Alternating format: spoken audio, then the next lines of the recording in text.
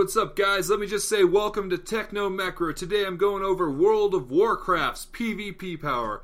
And before you freak out, don't worry, we're going over it step by step. Some of you may be asking, what is PvP? What is PvP? Well, PvP is an acronym for Player versus Player Combat. Now this could take place in open world or in arena, but only open world if you're on a PvP server. No time to explore that. We're only going to be talking about base PvP power and the mathematics behind it and why you need it, or it's definitely preferred, in PvP situations. Some of you still might be asking, well, what is PvP power? It is an attribute that increases damage and healing done to players in PvP situations. Its counterpart is PvP resilience, which reduces incoming damage from players. PvP power can be found in a number of ways. It can be found in weapons, armor, and on top of that, you can gem and enchant PvP power. You may be wondering, why can't I just use my regular old PvE gear, which PvE stands for Player versus Environment, rather than other players? So, you may be asking, why can't I just use that in PvP? Well, that is because of a little thing called PvP power. PvP power is the primary difference between PvP gear and PvE gear. It's basically a free stat on PvP gear because it's not factored into the item stat allowance. Because of that, when you compare PvP items to PvE items of the same eye level, all of the general purpose stats should be equivalent, but the PvP gear will have PvP power on it as well, making it a better choice for PvP.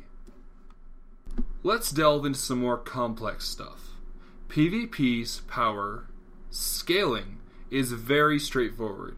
It has linear returns when looking at it in an absolute sense.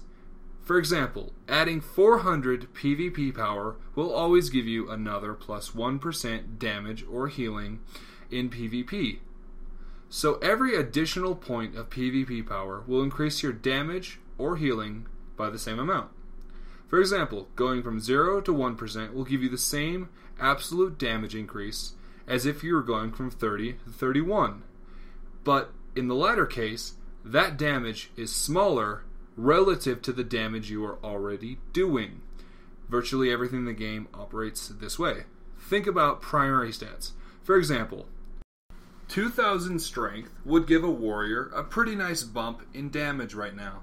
However, if Blizzard said, hey, we like you, random warrior, and bumped up their strength to, say, 100,000, then that 2,000 strength would suddenly be worth a lot less to them, even though it would increase their damage by the same amount. The example I'm going to use to demonstrate PvP power is going to be this Frost Death Knight.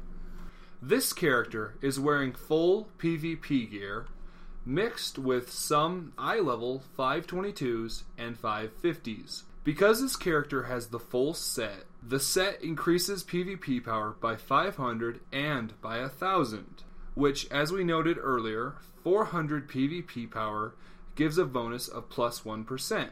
So, on top of that, each piece gives about 600, well, for example, the Grievous Gladiator's Dreadplate Leg Guards give 622 PvP power.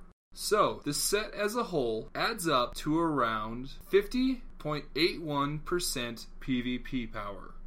Let's take this character for a few spins in the arena.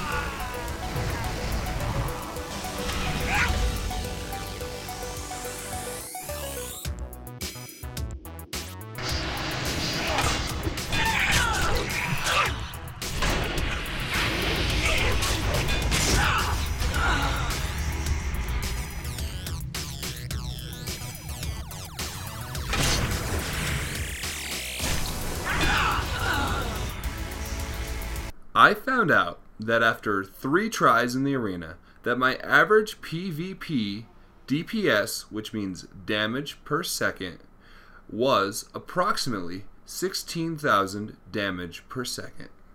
Now, let's test my DPS in PvE combat, and then we'll compare the results to my PvP combat DPS.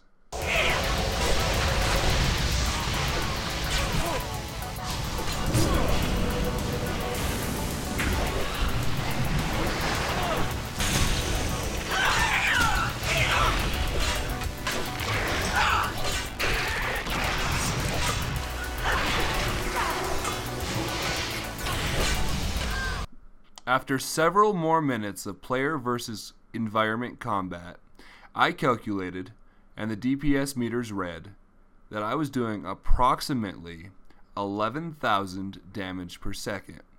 There you have it, folks. My damage was greater in PvP because of my PvP power. This is Techno Macro logging off.